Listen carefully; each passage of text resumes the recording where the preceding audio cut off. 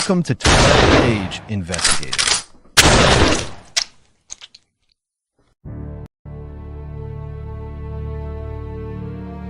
In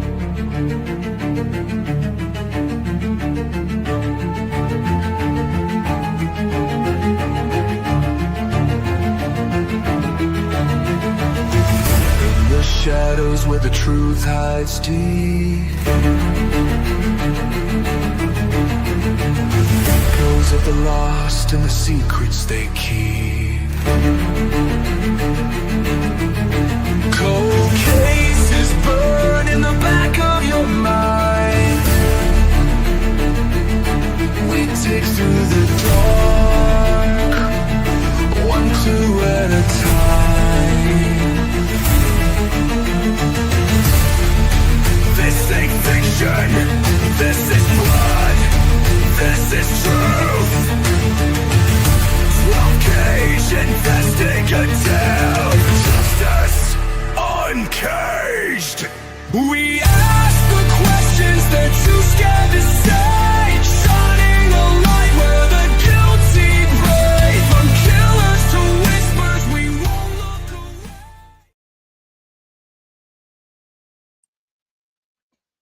All right. Y'all thought I wasn't going to show up, huh? Hello, my name is 12 Gauge. Welcome to my channel, 12 Gauge Investigative. I hope everybody's having a wonderful weekend. I was on here earlier talking Idaho, but now I came on here and I decided to do something different tonight, to do a podcast and to talk about it as we're listening to it. This podcast it seems very interesting to me, so I thought I'd share it with you guys because, sometimes we need a break. And I want to have a late night movie session on Discord. So if you're not a member, I will drop the Discord link in the chat before we leave, and you can join us for movie night over on Discord. So let me say hello to some of the people that are in the chat. PKC, Rondi, Midwest, haven't seen you in a while. Glad you're here. Glitter, Faraday, thank you for that document. I will definitely look into that. Walt Harris. And let me make up some people. Georgia, good to see you. Chantilly Lace, good to see you. La Bamba, good to see you. Anyways, I hope that y'all enjoy that document reading because, like I said earlier, it is what it is. It's nothing really substantial that you get all excited about. And I'm sorry I'm running a little late because I was just working out and I slept in a little too late because it started raining outside. Wow, Glitter. I hope it wasn't a 12 gauge. I got to get me one of those. I want to get me a Mossberg 12 gauge shotgun. I want to talk about, I know Texas is probably out mowing his lawn, so he'll probably be in here whenever he gets a chance. I was listening to this podcast a while back, and it's called Murder in America. And I want to talk about this serial killer that probably not anybody or everybody's heard of. Are y'all good with that? Are y'all good with doing a podcast, Murder Saturday night? I wish I could show videos like I do on Discord because I really enjoy that. You get what I'm saying? So this one's on, I was going to bring my headphones up. This one is on Spotify, and let's go ahead and listen to what we have to say. Obviously, I was listening to Simple Man by Leonard Skinner. Well, here we go. I hope that y'all can hear it. This laptop has problems with the audio stuff, so hopefully y'all can hear it. Here we go. Let me rewind it so everybody can hear it. No, not that. No, stop.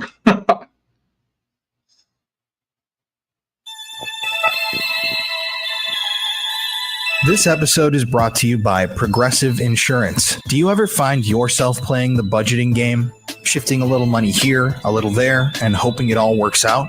Well, with the Name Your Price tool from Progressive, you can be a better budgeter and potentially lower your insurance bill too. You tell Progressive what you want to pay for car insurance, and they'll help you find options within your budget. Try it today at Progressive.com. Progressive Casualty Insurance Company and Affiliates. Price and coverage match limited by... I know I love that song too. I just can't let it play too long because you know how YouTube is. Man, I got to get my mind right. I was fixing to just take my shirt off like I was here by myself. My bad. State law not available in all states. And now, let's get back to our show.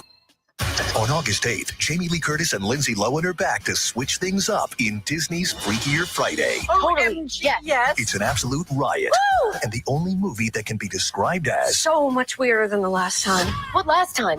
it's the frequel. You ready? We've been waiting.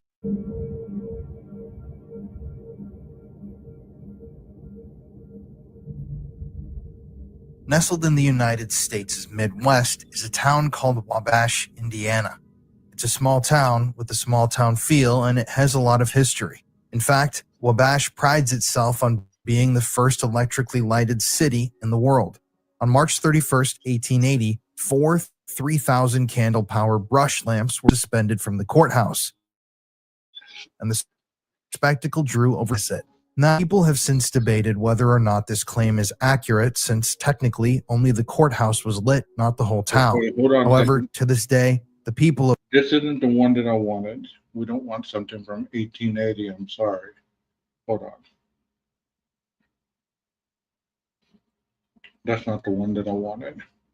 Here we go. This one is episode 209, Maryland, the torture murder of 22-year-old Stephanie Roper. It says, in today's bonus episode of the show, we examine an incredibly brutal and strikingly random act of violence that unfolded in a small community in the heart of Maryland. Stephanie Roper was only 22 years old on a fateful April night when her car broke down on the side of the road. And what happened next was straight out of a nightmare. So this is the one that I wanted. Sorry about that other one.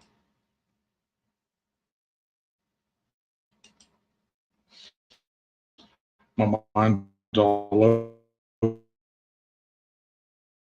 the place. Too much live and want to take my shirt off. Like, what the hell?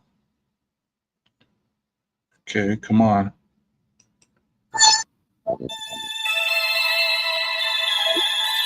This episode is brought to you by Progressive Insurance. Do you ever find yourself playing the budgeting game, shifting a little money here, a little there, and hoping it all works out? Well, with the Name Your you can be a better budgeter and potentially lower your insurance bill too. You tell Progressive what you want to pay for car insurance, and they'll help you find options within your budget. Try it today at Progressive.com. Progressive Casualty Insurance Company and Affiliates. Price and coverage match limited by state law, not available in all states. And now, let's get back to our show. It's Wednesday Addams. I see you're trying to distract yourself from your own vanilla thoughts. Let me help. Here's a recording thing made of my latest root canal.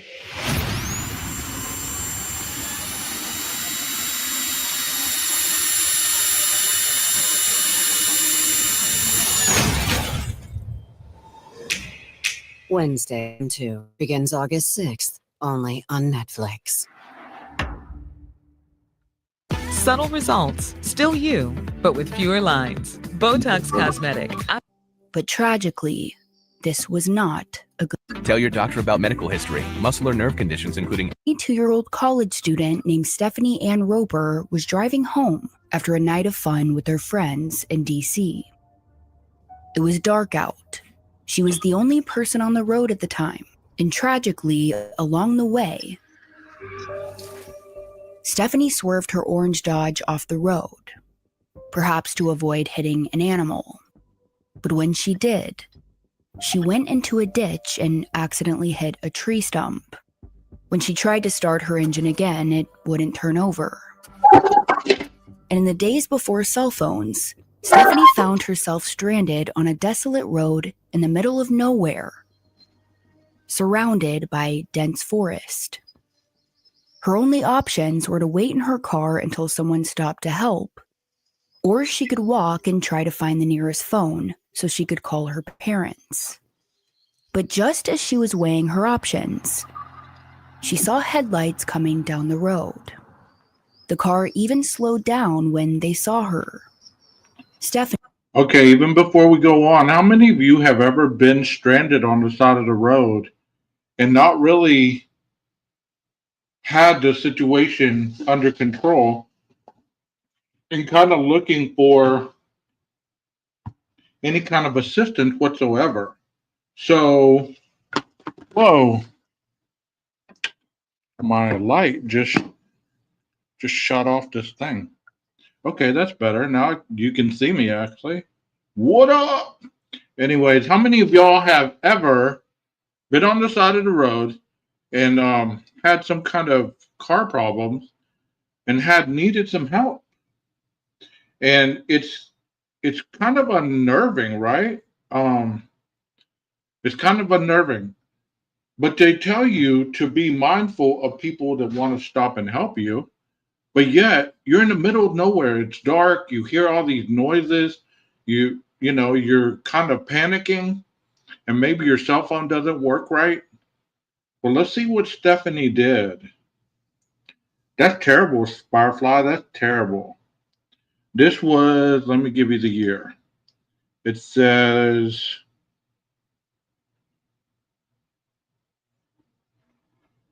it really doesn't give you the year. I'm sorry. I wish it did. No, it doesn't.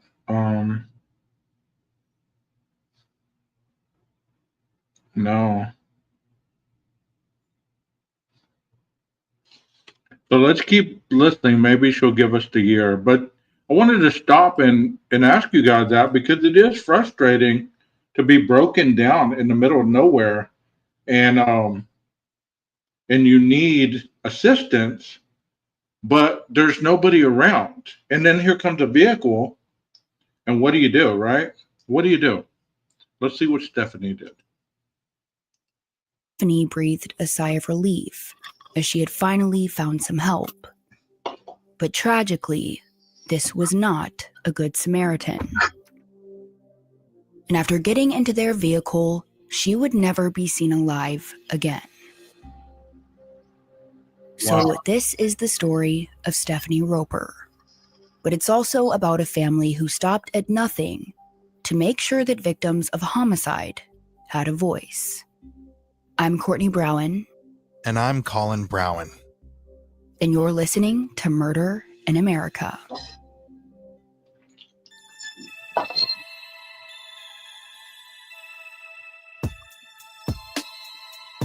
I wish I had that cool, calming voice like that lady does. She sounds so fluid. Like, she could put me to sleep just reading a book like that. You know what I mean?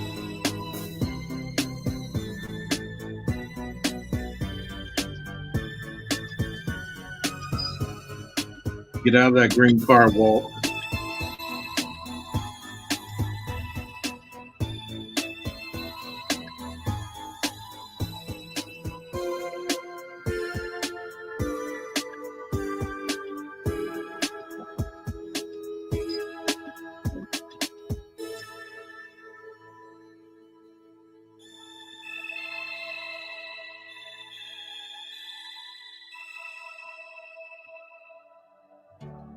Stephanie Ann Roper was born on January 18th, 1960 in Montgomery County, Maryland. She was the first child of Vincent and Roberta Roper. The couple had met on a blind date in 1957 and were immediately smitten. By the next year, they were married, and 2 years after, Stephanie was born. and as soon as they saw her, they fell in love. Stephanie was a beautiful baby with big brown eyes and a smile that stole their hearts. And over the years, their family would grow. After Stephanie, they had Sharon, then Brian, Daniel, and finally Peter. Wow. And according to Vincent and Roberta, Stephanie was a great big sister, and they had a very kind and happy home. Now, during their childhood, Vincent worked in the Navy. He served his country for more than 30 years before his retirement as captain. But as we know, military families usually have to move around a lot, and that was definitely the case for the Ropers. So if you've ever been in a military family, you understand what it's like. I was a military brat, my family was constantly moving around. You didn't make friends that you knew weren't going to be lifelong because you don't know how long you were going to be there. You were the new kid all the time. It was hard to find acquaintances that, understood your situation and stuff like that. I don't know if any of you have ever experienced that. Any of you military brats? You understand what I'm talking about. You understand what I'm talking about. Because, like he said, it's a very nomadic lifestyle for families. Over the years, they moved all around to places like Hawaii, California, Rhode Island, and even London. Now, Stephanie Roper was beautiful, intelligent, and artistically gifted. During their time in London, the Roper family lived at this old farmhouse surrounded by apple trees. Stephanie would sit outside for hours sketching portraits of the landscape. From a young age, she was inspired by artists like Georgia O'Keeffe. Art was her favorite thing in the world, something she got from her mother. Roberta had gone to college for art education, so the two really bonded over it. They loved doing crafts together. Roberta also said that Stephanie was very mature for her age. And being the oldest, she was a very responsible child. In those early years when her siblings were all really young, Stephanie was a huge help around the house. With Vincent away at sea, she would help clean up and take care of her brothers and sisters. Roberta recalled that back in London, quote, "I was running around frantically trying to get everything done. And I'm calling to Stephanie, Stephanie do this, Stephanie do that. And finally, she puts her hands on her hips. I'm only 12 years old. I'm still a kid. Can I go outside and play?" she asked. In an interview with the Washington Times in 1993, Roberta admitted, quote, "I remember that glimmer was there from the earliest days. I had to." So have y'all ever been the oldest daughter or maybe the oldest son, had the responsibilities kind of like what Stephanie had in her family, obviously? It's something to be said about, being the oldest and having the responsibility of helping the family out, especially if you're the oldest female. So if you've ever been the oldest female and in the family, you do understand it. I'm going to do this like I've heard it countless times. Randy Fur, my brother. How you doing? Had to do it, Randy. I couldn't resist. To compare her to the other kids because all my children are precious to me. I used to joke with Stephanie. I'd tell her, "You didn't prepare us for the other kids. The others were normal. She was not." She had that rare ability to do a lot of things and do them extremely well, yet not make people envious. She brought out the best in people. And that's exactly how her friends described her as well. They would later say that any time she started a conversation with someone, she made them feel heard and important. But she could also be really introspective. She kept a journal and often wrote down her innermost thoughts and feelings. But more than anything, Stephanie was such a bright light in their lives. Roberta would later say, quote, "I was once asked if there was a word, a single word that would describe Stephanie, and that word is sunshine, because she was sunshine in an often gray, dreary world. Aw, isn't that terrible how whenever the parents look back and of a murdered child such as this, they always think of the brightness that they brought into the world. Now that light is gone. What I was going to say was, any of you that were the oldest, did you feel like you grew up faster than your other sibling? Did you feel like you were more introspected in life compared to after you, the other siblings were just kind of, a little slower paced, or maybe were trying to keep up with you? So it sounds like Stephanie was the leader of the family as far as the children. So it's sad that, she was the sunshine that obviously is not around anymore. By the mid-70s, Vincent found out that he was going to be stationed in Washington, D.C., and this time it was permanent. So the family left London and made their way back to their home state of Maryland. They ended up purchasing a Dutch colonial home on 5 acres of land in the affluent area of Prince George's County. From there, the kids started getting accustomed to their new life. Roberta even decided to complete her college degree and worked part-time as an art teacher at a local school. Up until this point, she had been a full-time stay-at-home mom. But now that her children were getting older, she wanted to do something for herself. But Roberta was still very active in her children's lives. She worked on the PTA board, she volunteered with the Girl Scouts, and she taught Sunday school at Holy Rosary Catholic Church. By all accounts, the Ropers were a close-knit, middle-class, all-American family. According to Roberta, these were the good days. She said that their lives were enchanted. And they were.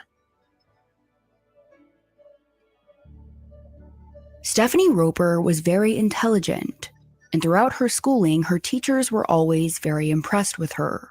Not only did she make good grades, but she was also a natural leader.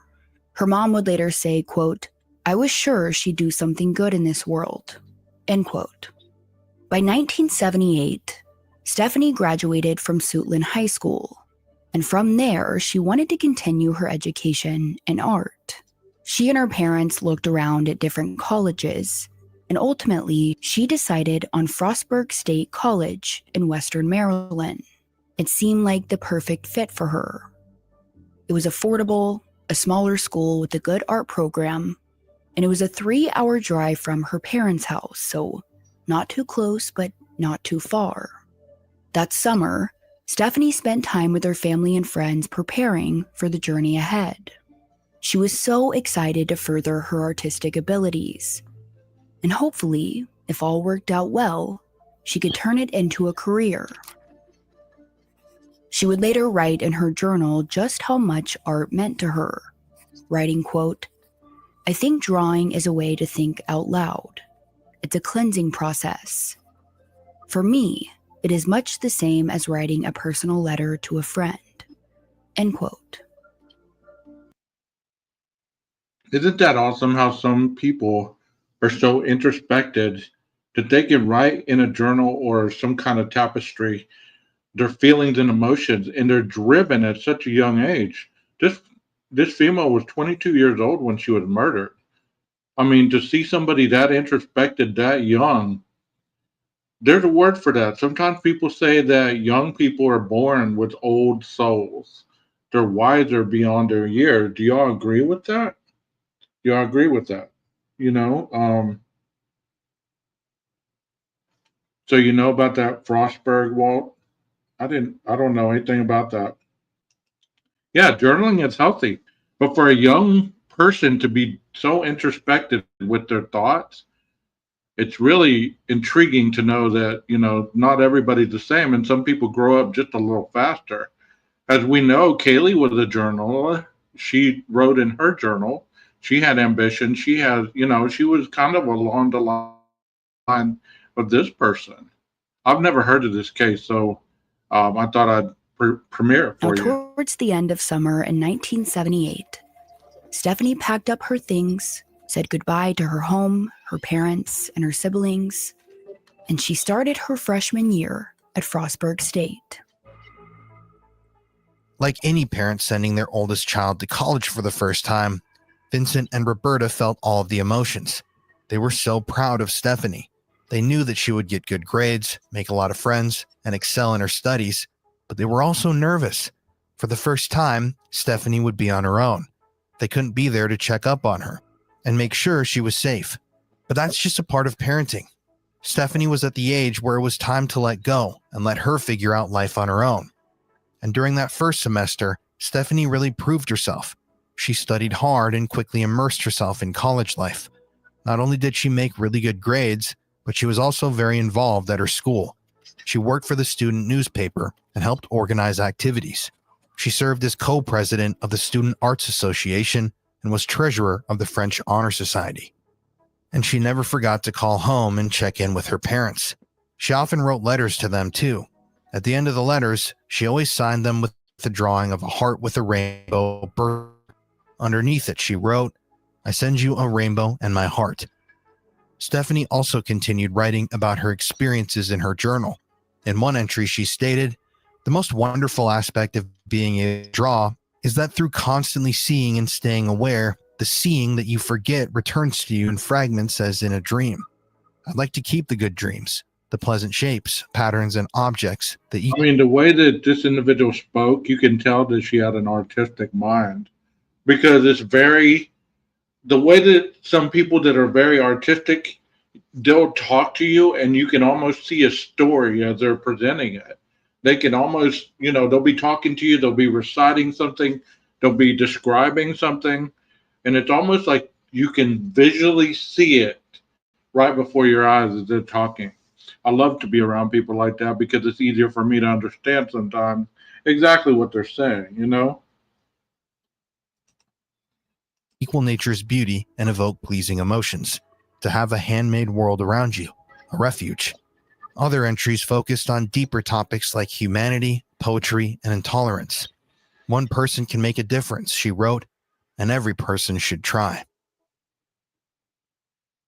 Stephanie's college experience went by fast. Before she knew it, freshman, sophomore, and junior year were already behind her. In 1981, she was a senior, and her hard work had really paid off. That year, she was able to showcase her art alongside other artists at various exhibitions. By the time the fall semester was over, Stephanie went back home to spend the holidays with her family. And it was clear that she was really excited for her future. After college, Stephanie had plans to work as a professional illustrator. And the only thing standing between her and that job was that final semester of college. Wow. Now, the biggest obstacle that upcoming semester was her final art project that would be showcased in an exhibition around graduation. So when the spring semester started, she immediately went to work to make sure it was perfect. Her good friend Karen Breen said that for months, she and Stephanie pulled all-nighters at the Fine Arts Building on campus while working on it. Karen would later say, quote, "Stephanie was a very spiritual person, no secret, and yet she didn't go around and preach her feelings. She would live it. I learned so much in that precious time we shared. By listening, by sharing, by observing the unique and special person she was." End quote. And it's beautiful the way people eulogize their friends after such a tragic event such as this. People who know individuals that pass by the hand of somebody else, they know them better than anybody else could ever know them. So when they say good things like this, it's genuine. It's not just made up. It's not like everybody that passes away too early was a sunshine in somebody's life. But there are certain people that that they're not lying about that. And when they talk about their children after they passed, you can tell, man, they were special. They were special in their lives. They were a special member of that family. And that's what I'm listening to this. I'm like, man, this is amazing that her family remembers her with such kindness and such love.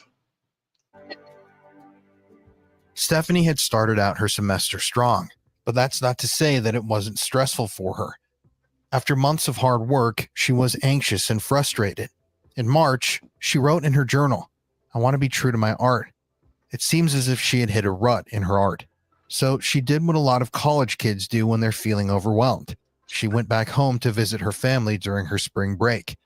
Once there, she confided in her mother that she just needed a week to relax and get away from her work in order to recharge her battery, which is exactly what she did. That week, Stephanie spent quality time with her parents and siblings. It felt like old times, sitting around, eating dinner together, laughing, and just enjoying each other's company. It seemed to be exactly what she needed. Now, towards the end of that spring break, Stephanie knew that once school started back up, she would immediately have to go back to work to finish the semester strong. So that Friday, she decided to go have some fun with a childhood friend of hers named Lisa Thomas. The two had even been roommates in college at one point, and they wanted to celebrate the end of their final spring break. So, on the afternoon of Friday, April 2nd, 1982, Stephanie approached her parents and told them she was leaving for the night to go hang out with Lisa. And she said she would probably spend the night at her house and to not wait up on her. So from there, they said their goodbyes. Now, the following day, Stephanie and her parents had plans to buy some supplies for her upcoming art project. But little did they know, that would never happen. In fact, as Stephanie left their home in her orange Dodge Omni, that would be the very last time that they would ever see their daughter alive.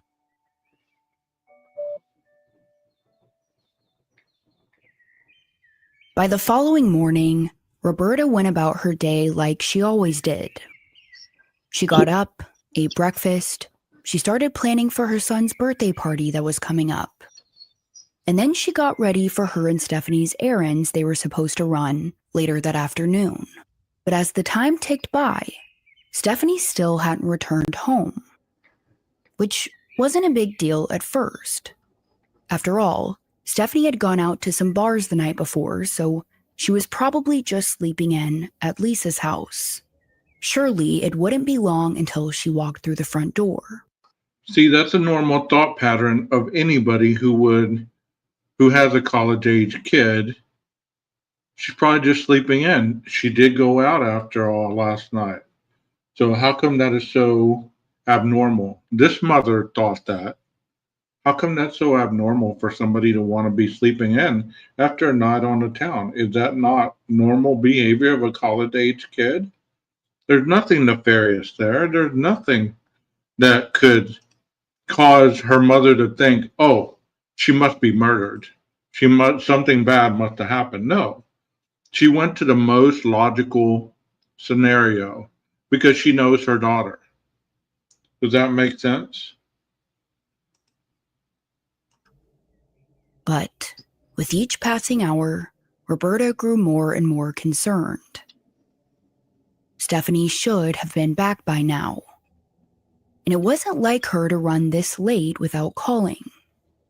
So finally, by that afternoon, Roberta picked up the phone and called her friend Lisa. When Lisa answered, Roberta still wasn't freaking out just yet, and she asked her if Stephanie was still over at her house. But what Lisa said next made her heart drop. Stephanie left my house at around 3 a.m. this morning. She didn't have that much to drink, so she decided to drive back to your house, Lisa said. Roberta started to panic. Just to make sure, she looked outside and Stephanie's car was not there.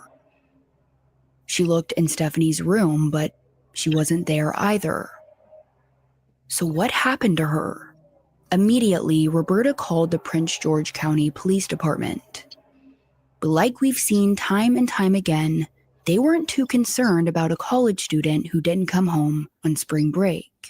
And see, that's usually the approach that you get from police departments whenever you report somebody missing, whenever you call about somebody not responding or this or that and the other. Oh, they're just probably with friends. They're just probably sleeping it off. It's kids will be kids mentality. So a lot of times, even if you do call 911, if it's not very life-threatening, they brush it off as nothing nefarious whatsoever. It's like, oh, she'll be back. She probably lost track of time, blah blah blah. But to the family member, you're like, come on, you need to take me serious.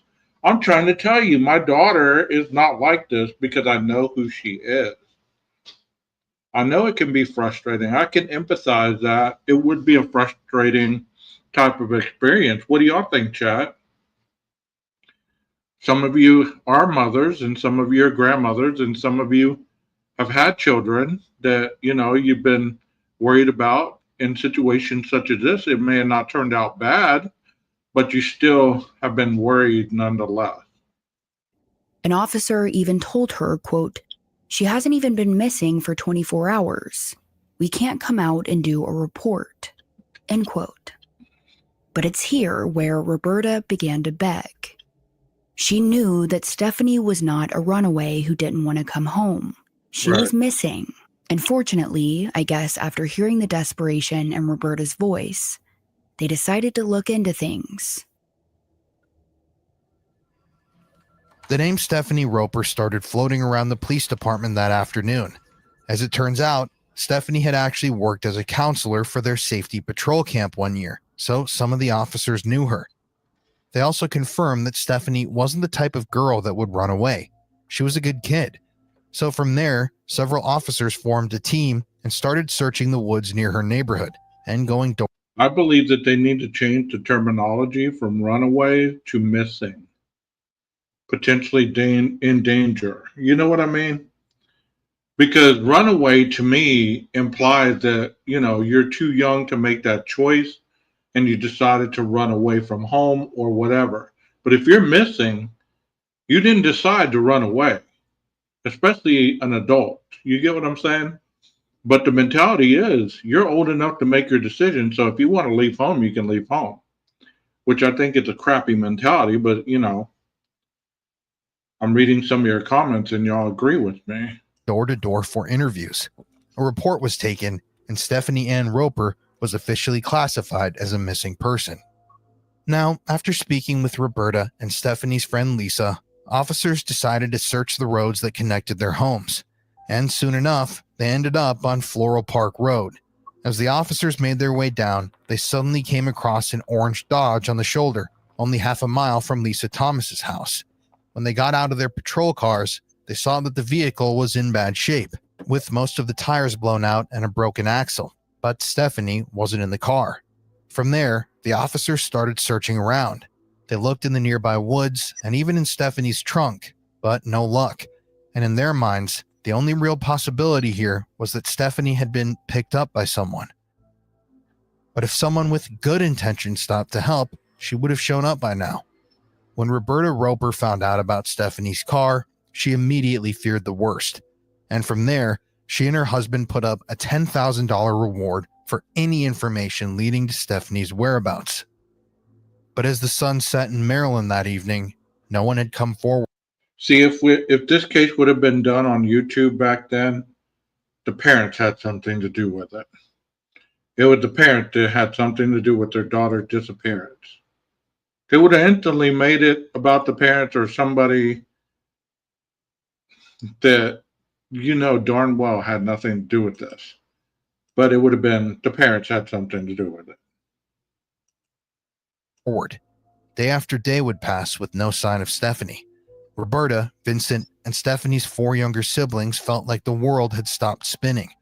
Eventually, Stephanie's school would start back up after spring break ended, and she didn't show up to class, which just confirmed everything they had already feared, that Stephanie was likely dead.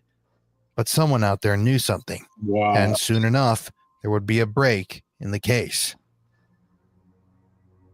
If it was Midwest, It was Easter Sunday, April 9th, 1982. That morning, at a nearby church in town, dozens of people piled into the building for the most popular service of the year. The pastor of this church delivered his service and then stayed around to greet his congregation like he did every week. But then suddenly, a young man approached him with a disturbed look on his face, saying, "Can we talk privately? It was 18-year-old Stephen Annison. The pastor could tell that something was disturbing the young man, and he needed to get it off his chest. So they stepped into one of the back rooms. Once Stephen sat down, he told the pastor that he needed to confess.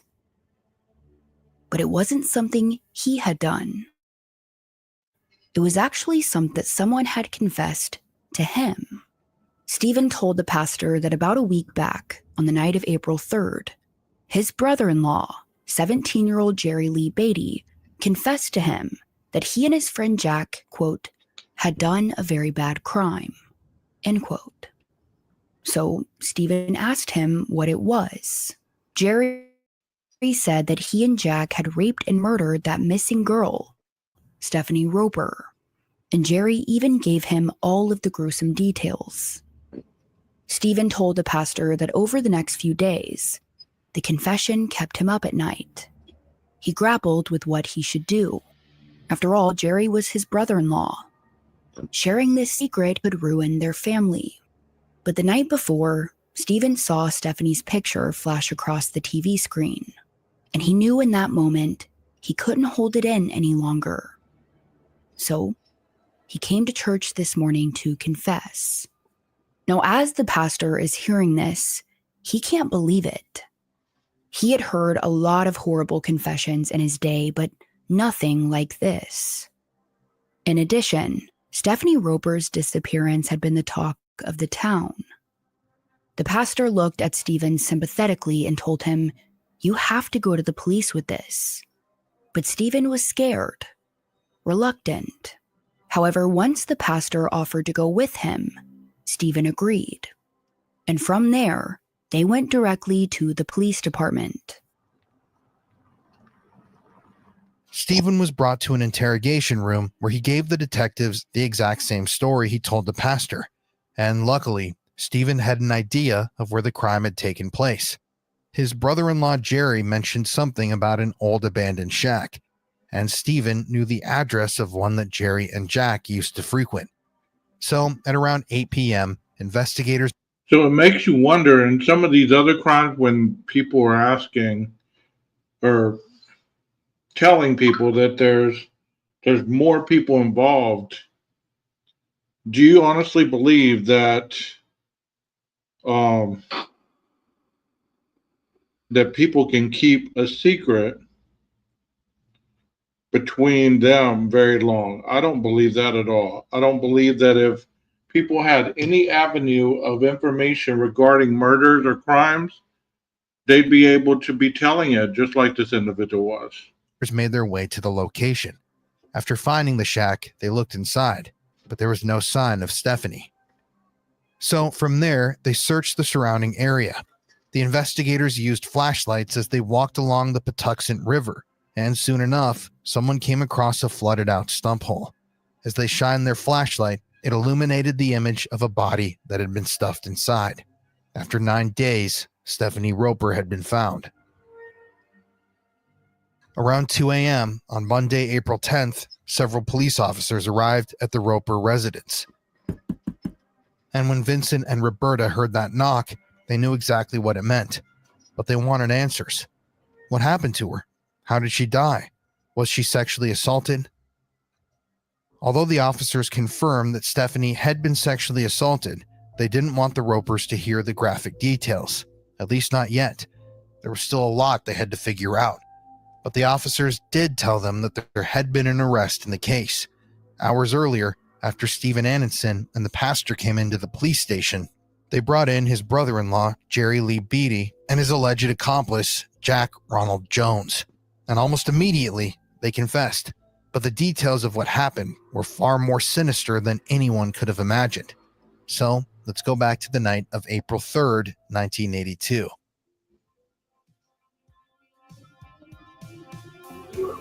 It was the last weekend of spring break, and Stephanie Roper was excited for a night of fun with her friend Lisa Thomas.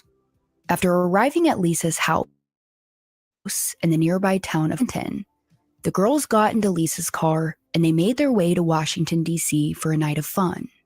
They ended up stopping at a bar called Foggy Bottom, It was a college hangout spot known for its cheap drinks and loud music. It's where all of the college kids went for a good time. From there, the girls met up with some friends at another popular bar called the 21st Hours. They all socialized, danced, and had a few drinks. Now, they knew that they had a 30-minute drive back home, so they knew not to get drunk. And at 2:30 a.m., they said goodbye to their friends and decided it was time to go. Along the drive back to Clinton, Stephanie decided that since she hadn't had that much to drink, she was just going to drive back to her parents' house that night instead of spending the night with Lisa. Now, they ended up getting back to Lisa's house a little after 3 a.m. And from there... So let me ask you guys in the chat that are paying attention to this case, which I know all of you are. I didn't mean to sound sarcastic. I'm just saying that, what do you believe happened on the side of that road? Do you believe that she had car trouble, that she may have had her tires blown out, or, you know, her axle on her vehicle just gave out? Because they said that that car was pretty mangled up. Do you believe that she possibly had car trouble and then those two young guys were out driving around and saw her and took advantage of the situation? What do y'all think? Let me know. Once again, I'm not trying to sound snarky. Just, I don't know why I said it like that. My apologies. Stephanie said goodbye, got into her car, and started the drive back to her parents' house. It was supposed to be a fairly short trip home, roughly 25 minutes. For most of the drive, she would be going through the rural... No, I don't have the memberships on because right now my channel's not monetized. So I probably won't have them on for a couple more months. And those are some interesting theories. Someone could have ran her off the road, or somebody took her car and off-roading. Yeah. We can smell you from here, Texas. Go wash that funk off of you, bro. rural parts of Maryland, along small roads with thick forests on either side. And she had made this drive so many times before. However, this time, it would be much, much different. As Stephanie made her way through the town of Brandywine, she suddenly swerved off the road, possibly trying to avoid a crossing animal. But when she did, she overcorrected, veering off into a ditch. Now, fortunately, she was able to gain control of the car, and she steered it off onto the shoulder. From there, she tried to restart her engine, but it wouldn't turn over.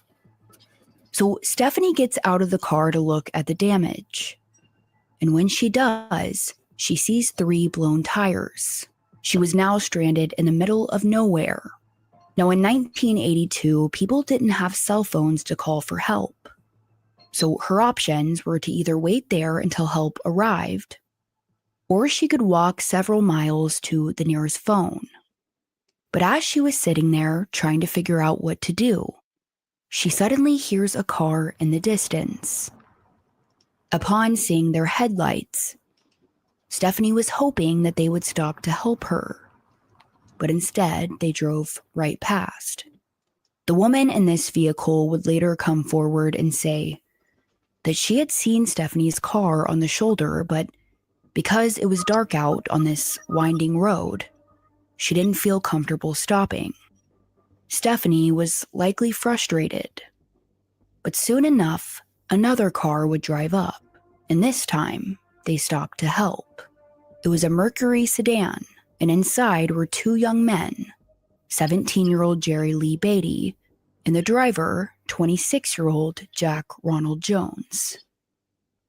Jerry and Jack would later say that they had just left a pool hall in Mechanicsburg and were driving back to Jack's house when they saw a disabled Dodge on the side of the road. Jerry turned to Jack and asked if they should help. He later testified, "So I told Jack, I asked Jack, do you want to help? Another Jack. That must be a popular name amongst young males, I guess. But think about that. There is no cell phone back in this day and age. So, like what I was saying earlier, if if, for whatever reason, she was out there all alone, I mean, the first car that came by, especially if they were close to her own age, she wouldn't have felt stranger danger, would she have? And they probably were kind and said, "Hey, we'll help you," blah blah blah, all this stuff. So there's a difference in kids her own age and also individuals that would have been older than her. And I did supply my Cash App there if y'all, have the inkling to donate anything to the channel. Not ever asked, but when people ask me, I'll put it up. No big deal. Thank you in advance. Stop and help the person off the road and give him a ride somewhere if he needed.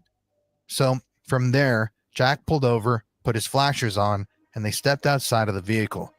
Jerry would later say that at first they thought the driver was a male, but then they saw Stephanie, a pretty young girl all by herself, and that's when everything changed. This is an ad by BetterHelp. I've been pretty open with people online about my struggles with my mental health over the years, and I've also been pretty open about my rehab journey and my addiction journey and the path that I've taken to recovery. And I know that a lot of you guys can relate to those struggles.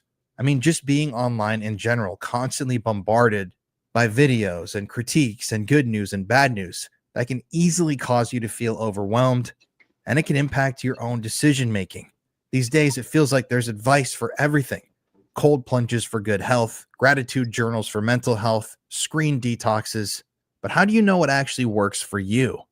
With the internet, Even help push the car further. Help can provide access to mental health professionals with a diverse variety of expertise. Talk it out with BetterHelp.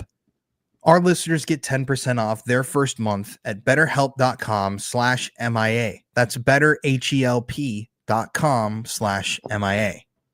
And now let's get back to our show.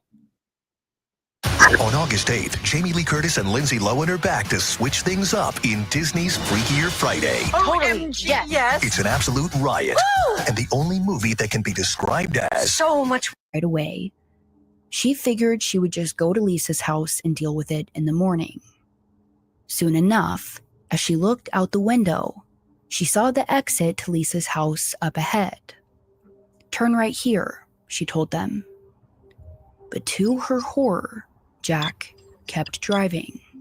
Then, he turned off the Mercury's headlights. Jerry later testified, quote, "She said, 'Stop, let me out, please.' And Jack said, 'In a minute, I'll pull down here and I'll pull off to the side of the road and let you out.' But he kept going." End quote. By this point, a light rain started to fall as Stephanie grew frantic. Jack continued to drive until he found a secluded construction site. After parking the vehicle, 17-year-old Jerry got into the back seat, and it's here where he raped Stephanie. During the assault, Jack lit a cigarette and watched them in the rearview mirror. Sadly, once Jerry was finished, Jack would do the same. Throughout the assault, Stephanie was crying, begging the men to just let her go. But I think she knew deep down that she wasn't going to make it out alive. According to Jerry, Stephanie was so frantic, she began crying out to her friend Lisa. She cried out for her mother, and then finally to God. She even bargained with the men, telling them, "Just let me go. I'll never tell anyone, I promise." She even offered to give them money. But they had no plans to let her go. Isn't that scary how she's reading this? And can't you just visualize that happening to her?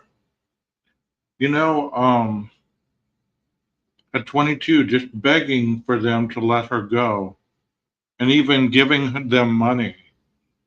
And they'd already made up their mind they were going to do something else to her. Once the sexual assaults were over, Jack got into the driver's seat and drove south for 30 miles down Route 30. Eventually, he entered the town of Oakville and drove down another dirt road before stopping at an abandoned shack near the river.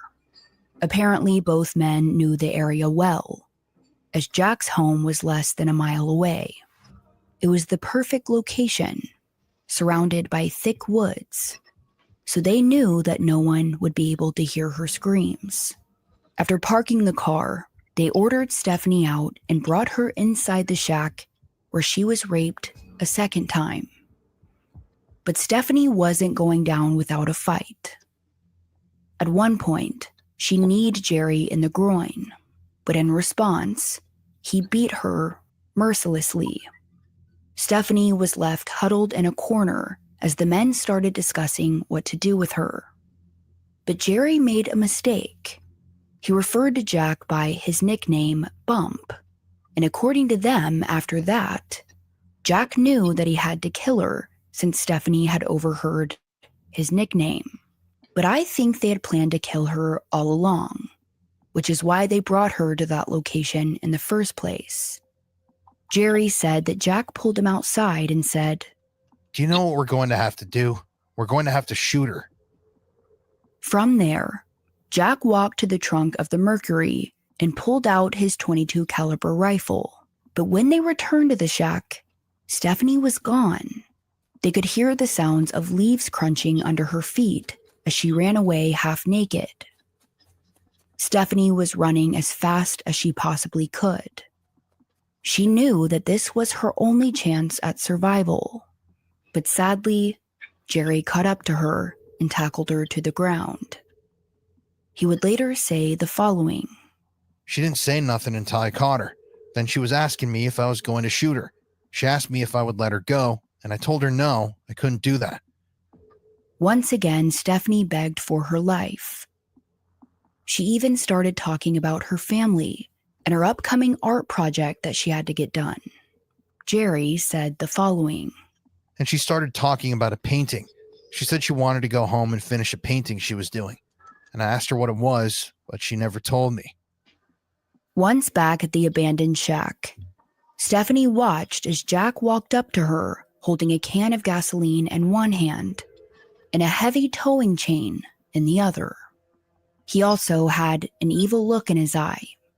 Angry that Stephanie had tried to run away, he gripped the chain in his hand and swung it, hitting Stephanie directly in the head.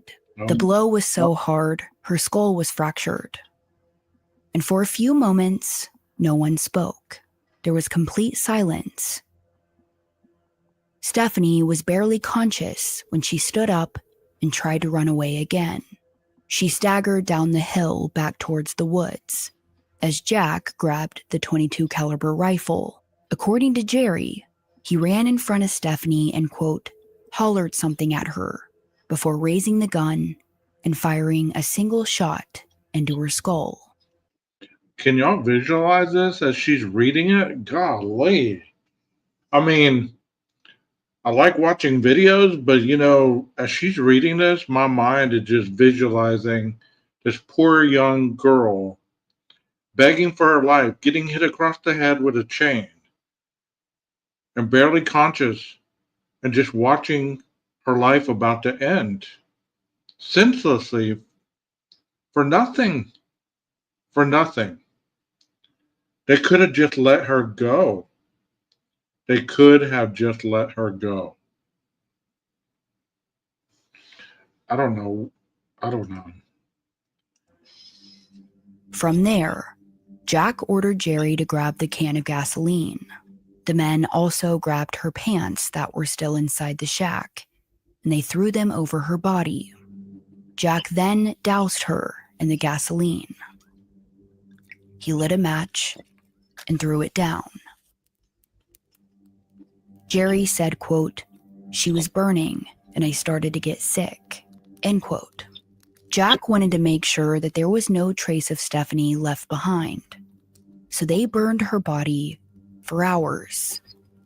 Towards the end, she was burned beyond recognition, but it was taking longer than expected. They also feared that if found, investigators would still be able to identify her, so that's when they grabbed a knife and cut off her hands. What? They also wanted to remove her head, but at the last minute decided against it. And from there, they dragged what was left of her body to a flooded stump hole near the river, and then they stuffed her inside. By the time they were finished, the sun was coming up over the horizon. So the men packed up their things and drove a mile down the road to Jack's house. Along the way, in the passenger seat, Jerry turned to Jack and said, "I ain't never did nothing like this in my life before." And Jack responded, "I ain't neither." Now, they had actually picked a pretty secluded spot to hide Stephanie's body, and they might have even gotten away with it if it wasn't for Jerry. As we know, that very night, Jerry told his brother-in-law everything. And soon enough, their crime would catch up to them.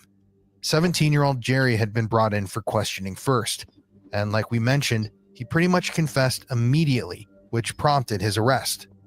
Shortly after that, Jack Jones had also been arrested at the home he shared with his wife and young son. Both men were charged with first-degree murder, kidnapping, and rape. Detective Thomas Bowers said that during their confessions, there was no remorse in their voices, either of them. I mean, they talked about it as much the same way that you or I might talk about deer hunting. Are you ready to have your mind blown? I want you now to imagine that in front of you was a locked door, symbolizing all that you know, everything you've been taught in your time. Pool bars instead of getting jobs. And then one day, he crossed paths with Jack Ronald Jones. But during their son's birthday party, when the news popped up on the TV screen, there was a live broadcast with a reporter standing right outside the abandoned shack. He announced, quote, "I'm standing in front of the abandoned house where Stephanie Roper was kidnapped, raped, and murdered." The reporter then went into the graphic details of what she had endured for 5 long hours. I can't even imagine being conscious enough to be watching my friend doing this stuff to somebody and not stepping in and beating the hell out of him, trying to help this girl. There's no way I would have followed in suit. No way in hell. So, to say that you were scared for your life, that he might hurt you too, blah, blah, blah. So what? This girl did nothing, and she lost her life because she broke down on the side of the road. That is just awful to think about. I mean, this is worse than any of the crimes that we're listening to today. I mean, worse, other than the Idaho. But this is bad. This is bad. Oh, damn, PKC, your uncle's name is Jack Jones. Like I said, there's a lot of Jacks all over the world. Like, man, it seems like there's a lot of Jack. Every Jack in the Box, Jack in the Crack, wherever, there's a lot of Jacks. But Jack should have let the other guy have the business or vice versa, especially when he found out exactly what was going to happen. Saying that the men, quote, beat her, raped her, hit her with a logging chain, shot her in the head, and then burned her corpse after cutting off her hands, end quote. And that's how the Ropers learned about what happened to their daughter, by watching the local news, surrounded by their friends and family. See, that has to be the worst way to find out about your loved one passing. To listen to it on the local news? That is, oh my God, I can't imagine. And tonight's breaking news, we have the story of blah, blah, blah, and this is how they were killed. You're like, what? One of the lead investigators would later say, quote, "We fully intended to go back after the funeral and prepare them for the trial where it was all going to come out. We didn't know they were going to release it," end quote. Now, during the search of Jack's Mercury sedan, investigators located marijuana, PCP, and a box of .22 caliber bullets, the same type of bullet that was found in Stephanie's skull. Investigators also learned a lot about the men responsible. 17-year-old Jerry, born on March 31st, 1965, was a troubled kid with an 8th grade education. He was known around town as a drifter who liked to hang out at pool bars instead of getting jobs. And then one day, he crossed paths with Jack Ronald Jones. another man with absolutely no ambition. Both Jack and Jerry had been laid off from their jobs when they met each other, so they bonded over that. They also bonded over their shared love of rum, marijuana, and PCP. Now, there was a near 10-year age gap between the two, but they quickly hit it off. In fact, several months before the murder, Jerry had been living with Jack in the home that he shared with his wife and 6-year-old son. It clearly wasn't a good arrangement, as the men just sat around at home doing drugs all day. Then, on April 3rd, 1982, they committed one of the worst murders the state of Maryland had ever seen. Now, even though both Jack and Jerry recounted the same story of what happened that night, there were inconsistencies when it came to who did what. Jerry said that Jack pulled the trigger, while Jack said it was Jerry. And see, had there been another accomplice in the Idaho 4 case, and I know I keep referencing that case, but think about it. If there would have been an accomplice, if they would have arrested Brian and somebody else, they would have done the same thing. They would have pointed the finger at the other. No, it wasn't me that killed him. It was Brian. Brian, no, it wasn't me that killed him. It was this person.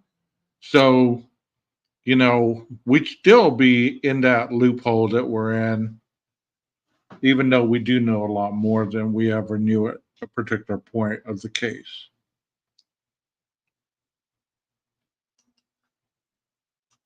Now, as for who cut off Stephanie's hands, neither of them wanted to admit to it.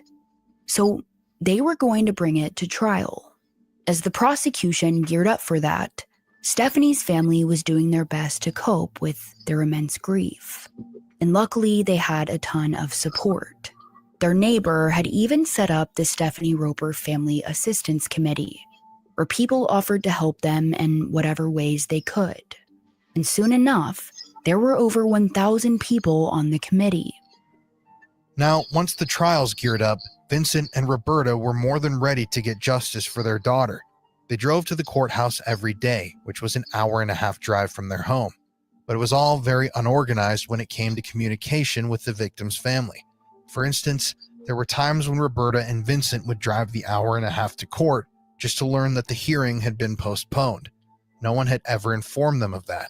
In another instance, the judge granted the men a change of venue. Jerry's hearing would now be in Anne Arundel and Jack's in Baltimore County. But again, no one updated Stephanie's parents about the change. And it's here where their relationship with the courts began to sour. They were told that there was no law that they had to be informed about these changes. Oh, wow. Would that piss you off if you were the parent? Sound off if that would piss you off if you were the parent that you weren't notified that this case had been transferred to another county. Would that make you mad? Tell me, chat. Would you be okay with it, or would you be like livid that this case got transferred and nobody notified you, and you found out through, you know, your own research, nobody notified this family? That is bullshit. And this is in 82. This is in 82. So in 2025, 2022, nothing has really changed. And that's when her parents knew that they were up against a broken system. Our daughter was murdered in one county, but the crimes began in two others. She was kidnapped in Prince George's County, raped in that county, taken to a second county, eventually taken to a third county. So the third county had jurisdiction, and we went down, attended, wanted to attend and be part of every proceeding. And our first brush. This happened in Maryland, Texas. Maryland, Texas Ranger. With reality was a meeting with the prosecutor. And when I asked if he had a program of victim assistance, he laughed and said, "Well, I guess that's me." And it was abundantly clear that anything we wanted to know, any role we had to play, would be our responsibility. We accepted that, but there were frequent times when I journeyed an hour and a half to this location for what was billed as a hearing, a preliminary hearing, only to discover it had been postponed and nobody had bothered to call. We were very naive. I had never even been in a traffic court in 1982. we were determined to learn as much about the process, the criminal justice system, as possible. So Stephanie's parents were outspoken about these issues within the court system. They believed there should be more consideration for the victims and their families who were already going through an unimaginable loss. So they often spoke with the press about these problems. They even held these public meetings where they invited the prosecution and legislatures to hear their concerns. They were hoping to come to an understanding and hopefully make changes so that victims' families were more supported, but it ended up working against them. Stephanie's family, friends, and supporters made it known that they were going to show up to court every single day once the trial started. And because this case was so big, they were expecting to have a big courtroom. But then the courts moved it where they were in one of the smallest courtrooms. 5 months after Stephanie's murder, Jack Ronald Jones went on trial on September 20th, 1982. Both Vincent and Roberta were set to testify. So 5 months, he probably didn't waive the speedy trial. That sounds like they just, they did the speedy trial with him. He didn't waive it. That was 5 months. That's quick. While on the stand, Roberta spoke about Stephanie's last family meal. She identified a piece of fabric from the jacket she wore on the night of the murder, and she identified her daughter's 1978 orange Dodge Omni in a photograph. But this next part is shocking. After her testimony, Roberta was told that since she and her husband testified, they wouldn't be allowed to sit through and listen to the rest of the trial. It was a, quote, rule on witnesses request that the judge had granted. Roberta said that after testifying, quote, we had to leave the courtroom and we weren't allowed back until closing statement. Did y'all hear that? Since the parent testified, they weren't allowed to hear the rest of the court. They had to leave the courtroom. Oh, that would piss me off so bad.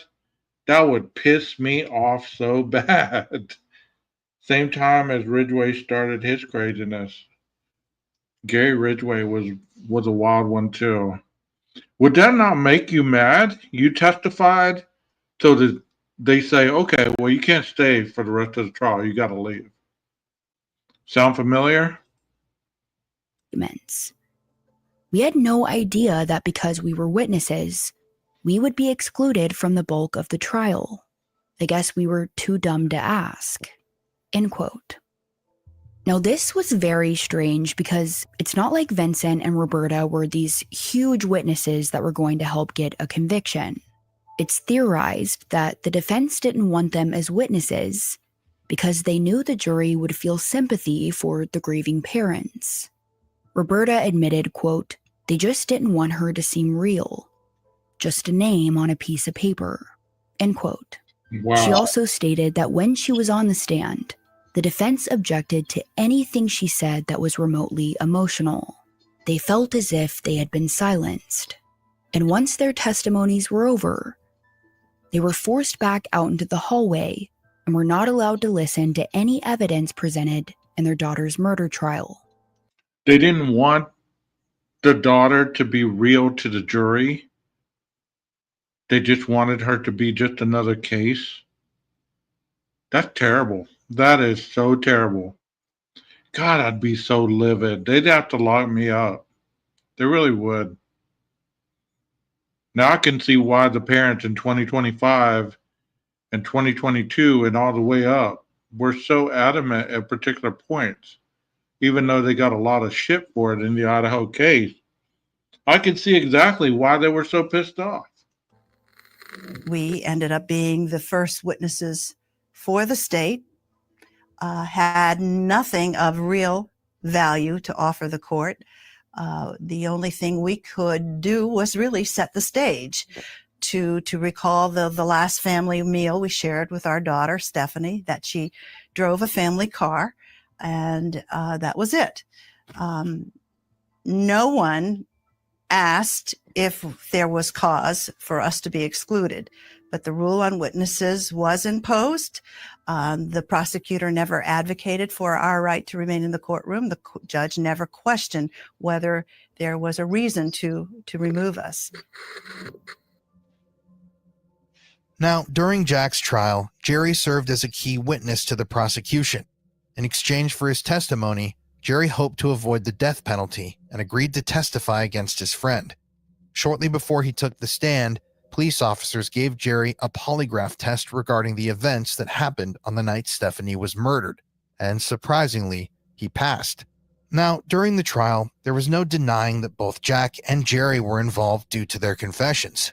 However, Jerry pointed the finger at Jack when it came to the actual murder, and of course, Jack did the same to Jerry.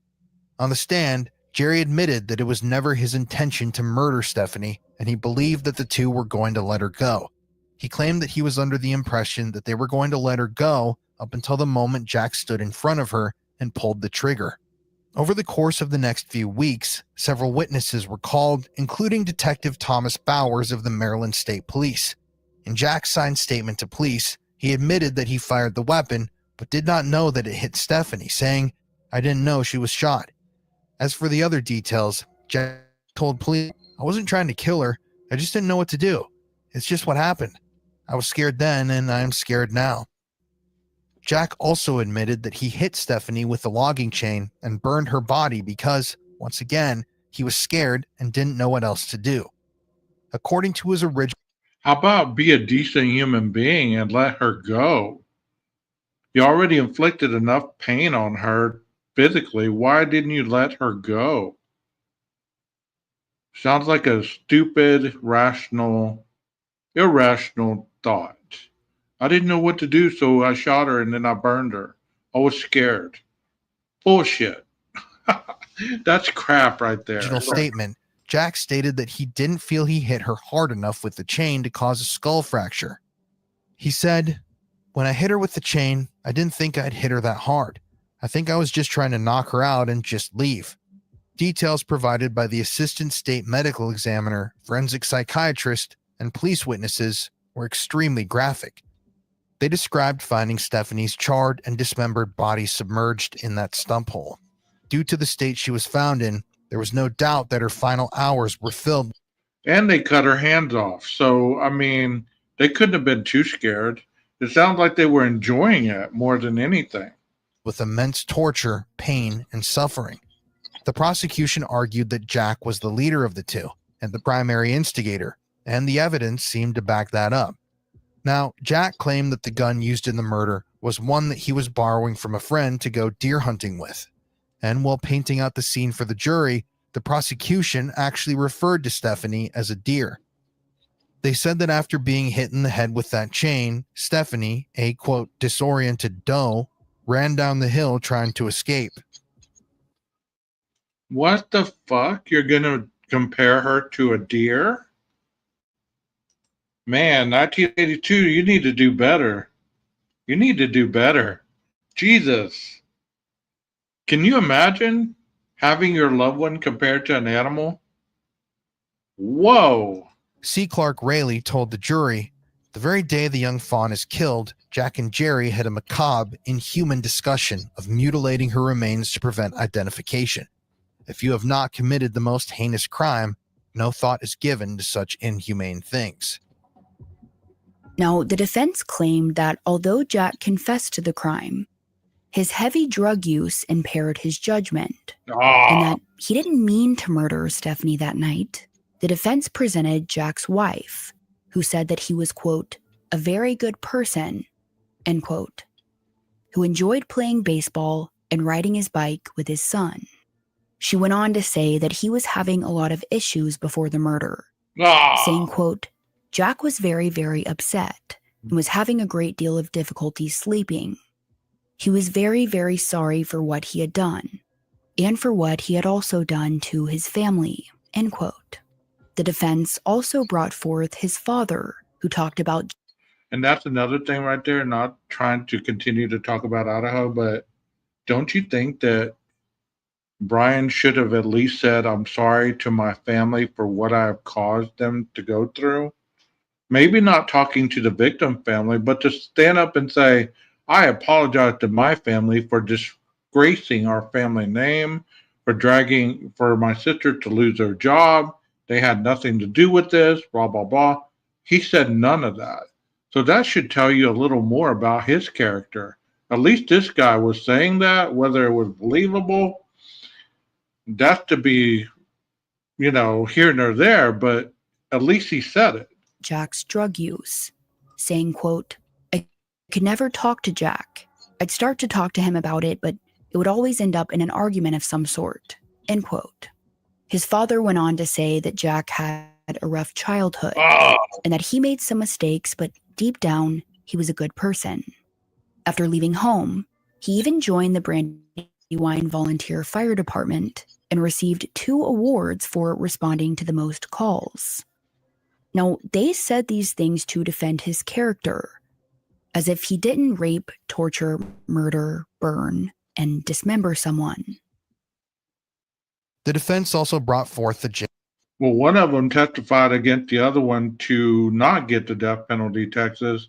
So that tells you a lot about, well, they're blaming each other that one or the other had pulled the trigger. You know what I mean? So, yeah, everybody has a story. There should be no excuse why you kill somebody and dismember them and burn them when they're just broken down not long from where they just were a couple minutes ago. That's jailhouse intolerable. minister who said that Jack was a good man who had committed his life to the Lord Jesus Christ. Dr. Brian Crowley, a psychiatrist, told the jury, quote, "I don't believe he will pose a threat to society for a long period of time, if ever," end quote. Meanwhile, outside the courtroom, Roberta and Vincent were pressing their ears against the doors, trying to hear what was being said. Roberta would later say, quote, "People would come out and give us reports from time to time, but we also had to hear others judge Stephanie as they left the courtroom. They would say things like, 'Why was she out so late? How much did she drink that? Oh my God. What was she wearing?' End quote." Did you hear that? People would have questions about why was she out so late? How much did she have to drink that night? Victim blaming. What does it matter why somebody's out late? The same old adage back then, if somebody dressed provocatively and they got raped, well, they were asking for it. They shouldn't have been dressed that way. Wow, things really haven't changed that much. People still have these mentalities in these chat rooms. I know you hear it. I've seen it. This was incredibly hard for Roberta. She would later say, quote, "What difference would that make? Even if Stephanie was a prostitute or homeless, which she wasn't, that shouldn't have happened to her. With crimes like these, everyone is looking to blame the victim," end quote. For the next 6.5 weeks. But finally, on October 14th, 1982, after only 10 hours of deliberations, the jury found Jack Ronald Jones guilty on 3 counts of kidnapping, rape, and murder. He now faced the death penalty. During the sentencing phase of the trial, the judge called Roberta to the stand to read her victim impact statement. She was so excited to tell the jury all about her daughter, the life she led, and the impact that her death had on their family. Now, at the time, the state of Maryland had just started allowing loved ones to read victim impact statements, but it was not required. And while Roberta stood up to take the stand, Jack's defense attorney objected. He stated that an emotional statement from a victim's mother would only cloud the jury's thoughts. And surprisingly, the judge agreed. Before Roberta was able to read her statement. Oh my God. How would y'all feel if you were that mama?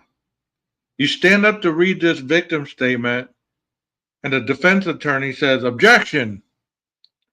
That's just going to cloud the jury's mind because of the emotional connection to it. Wow. Wow. Wow. Statement, she was told to step down. She was absolutely devastated. Even more so because her daughter's killer got to read his statement to the jury.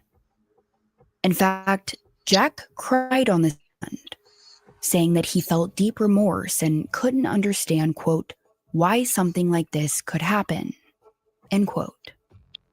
Roberta said, quote, "We listened to our daughter's convicted killer weep, beg the court for mercy. We heard from his wife, his father, a jailhouse minister, his child's teacher, all begging the court to treat him with leniency and mercy, and no one could speak for Stephanie." End quote. By the end of the trial, Stephanie's life had barely even been talked about. The jurors knew more about her killer than they did her. Finally, on October 14, 1982, at M, Jack Ronald Jones stood one last time before the jury left for deliberations. He said, quote, "Ladies and gentlemen of the jury, my life is now in your hands. I'd just like to say one thing. If there were any possible way for me to undo the wrongs I've done, I would do so. Not for me, but for Stephanie Roper and her family. Thank you." End quote. And with that, the jury decided to spare his life. Jack was sentenced to life in prison for murder, life in prison for rape, and 20 years for kidnapping. Oh my Now, God. in Maryland at the time, an inmate with a life sentence was eligible for parole after approximately 15 years.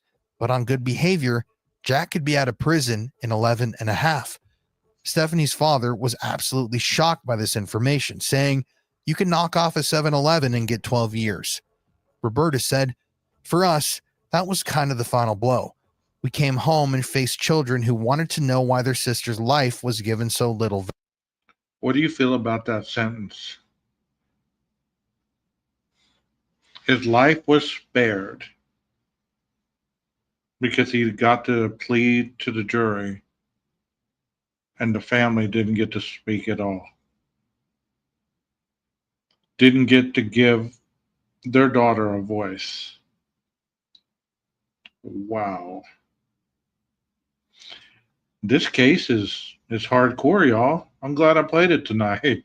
Are y'all enjoying it, even though it's tragic? Wow. Value. We didn't have any answers for them. We immediately tried to get some counseling. Unlike today, there were not counselors who were familiar with dealing with homicide families.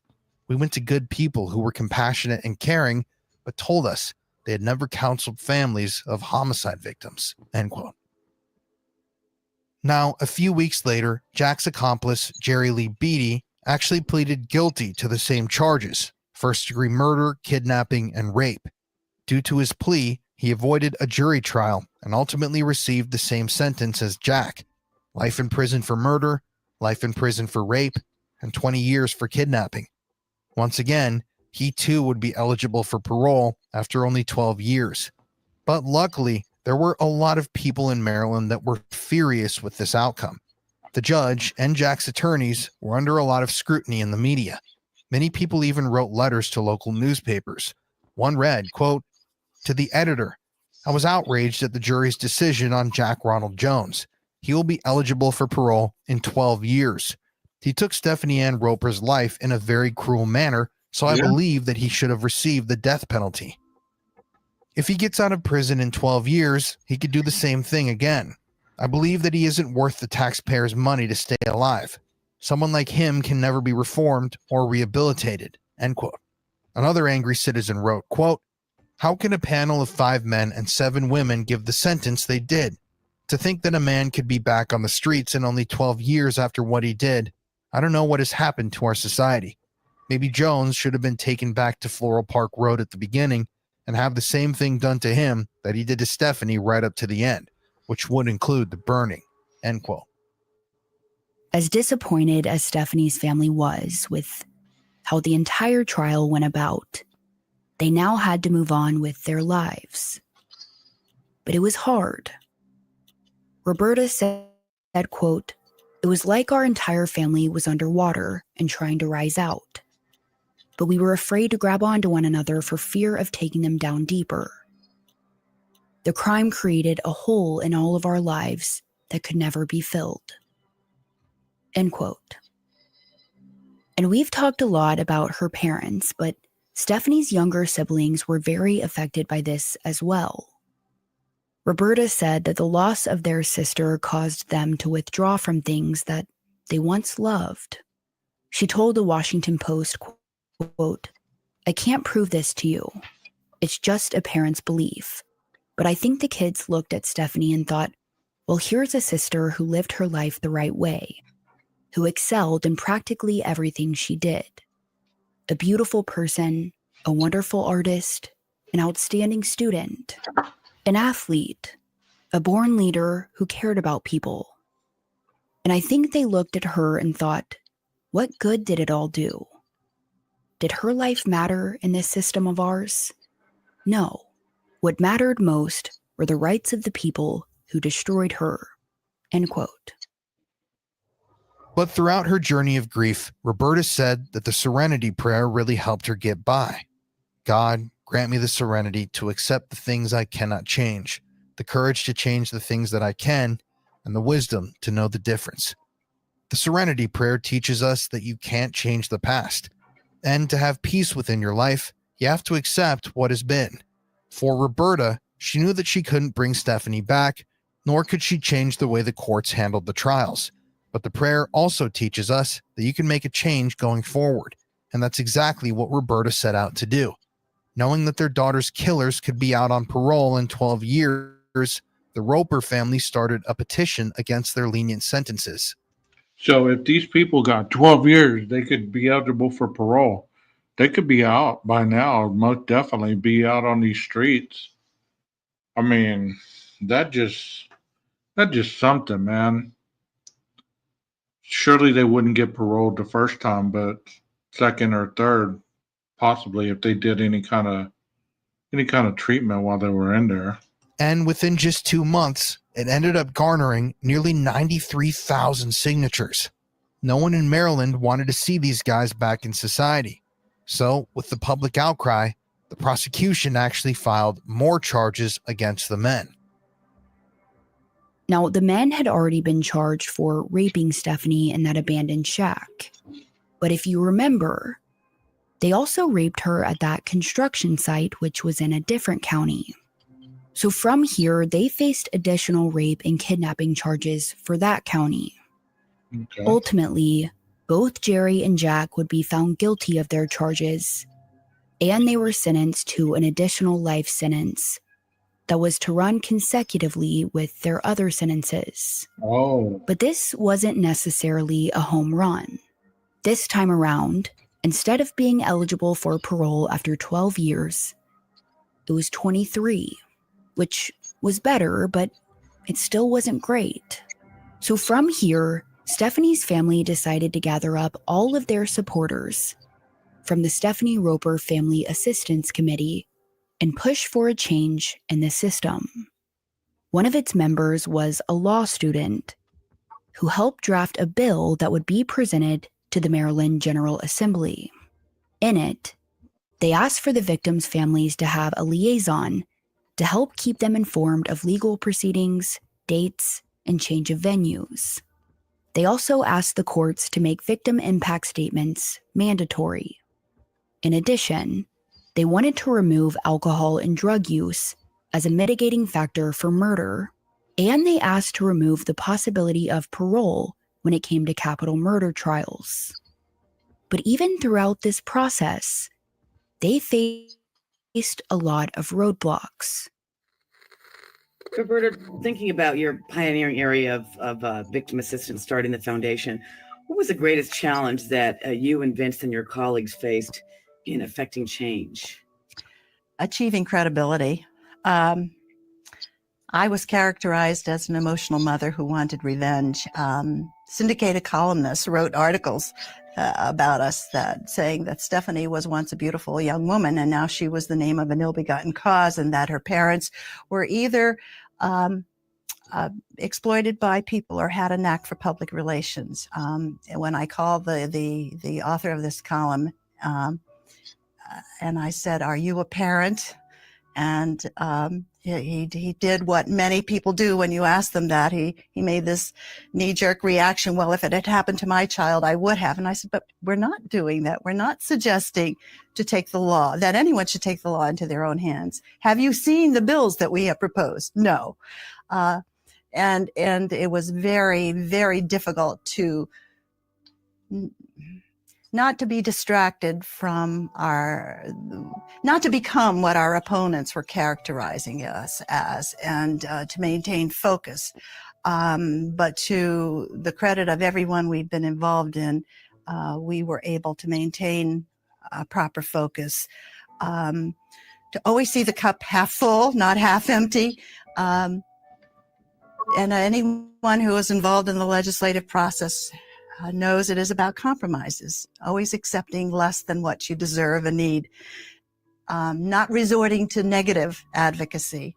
It's very tempting when you know your proposal is reasonable, rational, right. When you've presented the evidence, when you've shown what other states have achieved, when you've shown that this will improve the way the criminal justice system treats everyone. But, you know, I was told that I was going to make a victim of the Constitution. We were told we were creating a monster. I mean, they went on and on. So achieving credibility and maintaining a vision and not departing from that vision was the greatest challenge. It was also our greatest achievement. In February of 1983, a spokesperson for the Roper Committee stood before the Maryland General Assembly and stated that they were not out for revenge. Instead, they wanted to change capital murder trials to where the sentence resulted in either the death penalty or life without parole. Roberta said, "We have suffered a nuclear holocaust. We've been victimized twice, first by the acts against our daughter, and then by a judicial system that made a travesty of justice. We are committed to being the voice of victims. Our motive is justice. We victims are left on our own to attempt to repair what crimes have destroyed. What we cannot repair, we are forced to endure. How do we explain to our children our loss? All we can do is try to change the laws. I don't consider what we are doing as vengeance. There's nothing I can do to bring Stephanie back, and there's nothing I can do to change what happened to our family. But I believe there are laws that can be changed." But of course, there were a lot of people who didn't agree with the Ropers. George E. Burns from the Maryland Public Defender's Office stated, "It bogs down the system and hurts everyone in it." Prince George's Circuit Court Judge Vincent J. Femia said, "I don't want to hear from these people. I keep asking the question, why? To what end are they emoting? Is it to influence a judge's sentence? If so, I take great umbrage. Is it to make them feel better? Well, I suggest it's not the function of the criminal justice system to make victims feel better." All of this criticism was very hard on Roberta and Vincent. For a while, they had to stop reading the newspapers entirely because it was so hard on their mental health. But they had to keep reminding themselves of their goal, a goal to fight for their daughter's legacy and to advocate for victims' rights. Luckily, in May of 1983, 3 of the 5 bills were signed into law. First was the removal of alcohol and drug use as mitigating factors in capital crime. This meant that if someone was under the influence when they committed a crime, they were responsible for those actions. The second bill that was passed was raising the minimum sentence of capital murder to 25 years instead of 15. And then, the final law that was passed allowed victims' family members to read their impact statements in court. Before, it was permitted, but as we saw in this case, it wasn't always allowed. Now, Vincent and Roberta were extremely proud of the changes they made in the court system. It took a lot to get there, but finally, they did it.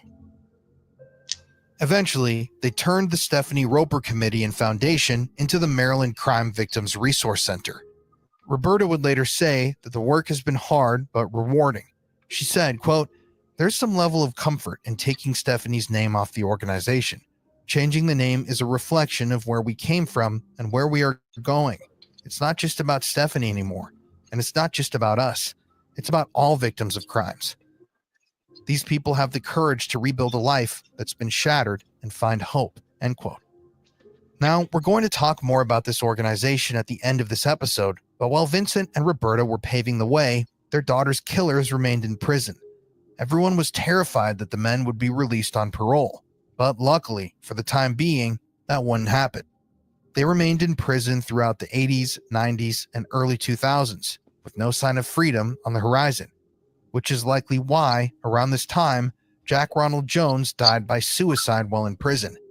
In March of 2012, his accomplice, Jerry Lee Beatty, made several profiles on prison pen pal websites. On one of them, Jerry requested money, saying, "I really am asking for a second chance. My family has either died or left me after 25 years of imprisonment. I need finances for attorneys, art supplies, and some everyday essentials." Jerry, though, is still alive, serving out his sentence. And according to his attorneys, he's been a model prisoner, earning his GED, becoming a Christian, and he even enrolled in Coppin State College, where he earned a bachelor's degree. Now, Jerry was only 17 years old when he committed this crime. And as we know, there have recently been some changes in the law. See, I asked you guys that question a while back. If a juvenile does commit a crime, because technically here in Texas at 17, you're an adult, but you still can be tried as a juvenile based on the crime that you commit and then classified as an adult. But I had asked that question, would you be, they're not eligible for parole, but would you be more lenient at this point that he spent 25 years in prison than when he went in at 17? Would you feel any more leniency at 25 years down the road based on what he accomplished? I mean, should that have any bearing on how people view this crime? Or once a murderer, always a murderer? Can y'all answer that? When it comes to giving life sentences to minors, the Juvenile Restoration Act, which the state of Maryland passed in 2021, makes it to where you can get sentence reduction after serving at least 20 years if you were a minor when you committed the crime. So it's possible that Jerry could one day be back out in society. In the meantime, Jerry has been up for parole a number of times, and Stephanie's family is always right there to remind the parole board of the damage this man has caused. Luckily for them, his parole has been denied each time. The Roper family had to learn that this was a lifelong process. The chapter didn't close once Stephanie's killers went off to prison. But in the decades that have passed, they found it in their hearts to forgive. Roberta said, quote, "Long ago, my husband forgave both Jones and Beatty. Not that we forget or excuse or don't hold them accountable, but we are not going to let them control our lives and take anything else from us, steal our happiness, our joy," end quote. Instead, they focus on keeping Stephanie's name alive. The governor of Maryland, Martin O'Malley, decided to honor Stephanie Roper by renaming a portion of Maryland Route 4 the Stephanie Roper Highway. Her school, Frostburg State University, also honored her by dedicating their art gallery to Stephanie. It's now called the Stephanie Ann Roper Gallery. As we know, Stephanie loved making art. It was a part of her. Her art partner, Karen Locke Breen, wrote a poem for Stephanie shortly after her death. It read, "I saw you right before the sun had set. The wind was breathing softly. The sky held a brilliance of color and light.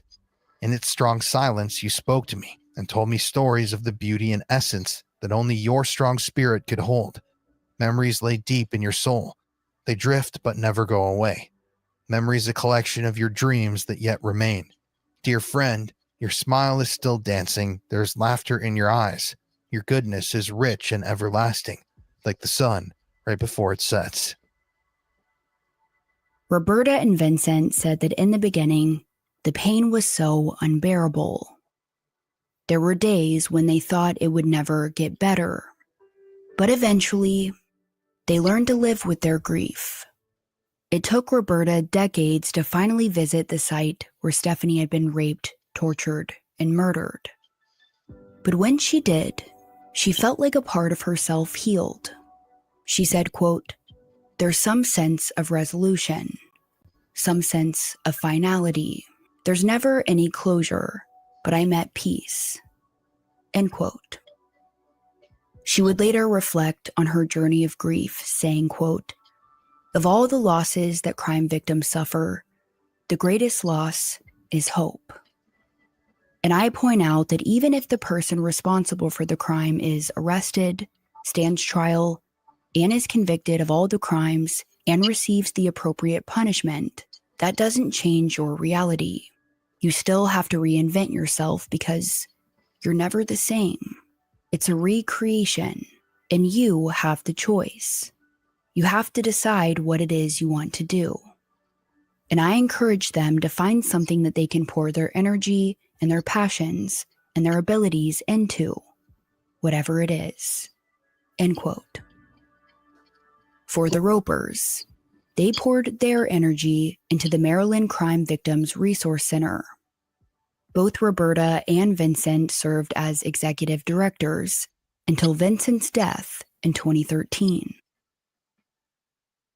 Today, Roberta is still a big part of the organization, but in her older years, she's taking the time to enjoy the rest of her life surrounded by her family.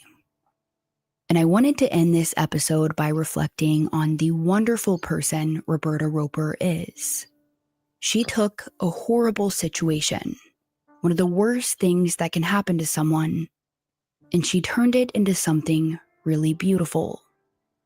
She saw the broken system that she was thrust into against her will, and she decided to make a difference. The victims of these horrific crimes don't get to use their voices once they are gone. And despite the hurdles she faced, Roberta paved a way.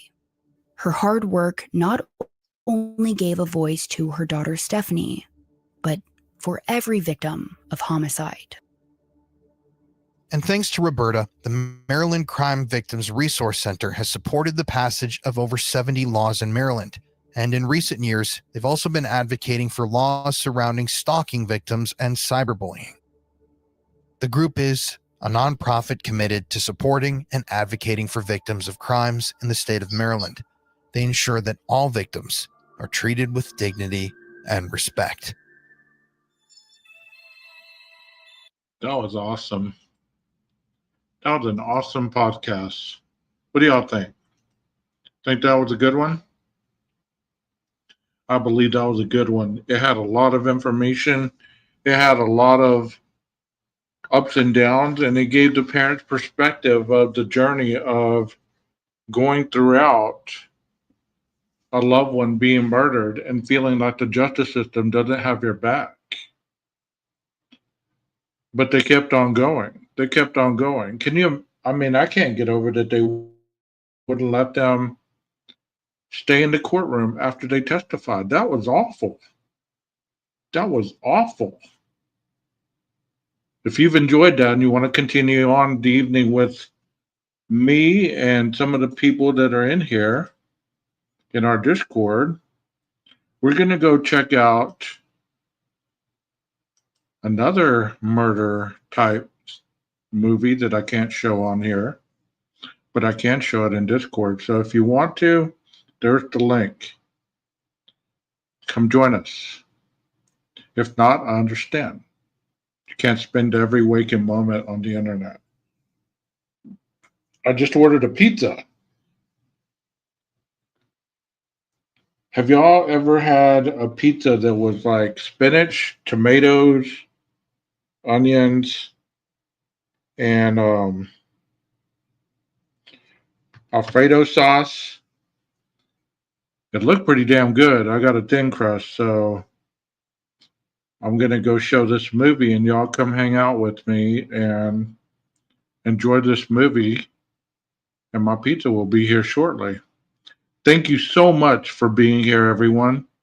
I hope that you continue to show up, regardless if we're talking about Idaho or we're talking about cases like this, because as you're seeing, just because time passes does not necessarily mean that victim families or the survivors themselves don't continue to have struggle due to somebody else's negligence. So I hope you guys have an awesome night, and I hope to see you in Discord. Maestro? Oh, by the way, hydrate and take your meds. Maestro, cue that music. Ready, set, go! Gage Investigative, the best true crime channel out there. I'm a true crime channel. 12 Gauge Investigators is the best. 12 Gauge Investigators the best. 12 Gauge Investigators, he's the best. Prince George's County 911 Center. What is the location of the emergency? Across 4709 40th Avenue. You say it's a fire, and it's catching fast. 4709? Yeah, 4709. Okay, what city is that, ma'am? Hyattsville, sorry. And what's your name?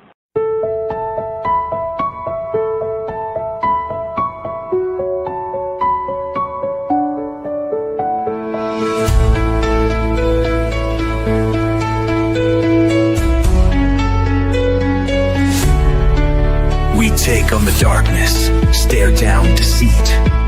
Murder in the headlines, justice in the beat. From cold case whispers to killers in disguise, we rip off the mask, expose all the lies. Facts like bullets we load and deliver. Truth cuts deep like a blade in a river. Corruption shakes when the mic goes live. We dig where others won't survive. James rolling through the smoke. Truth hits hard, no time for a joke. To see murder, we name every name. No restraint, no shame, just flesh. 12 Gauge Investigator is the best. When you're in Foley, come get your hair cut where 12 gets his at Nick's Barbershop. 12 Gauge is the best. We love you. 12 Gauge Investigative is the best.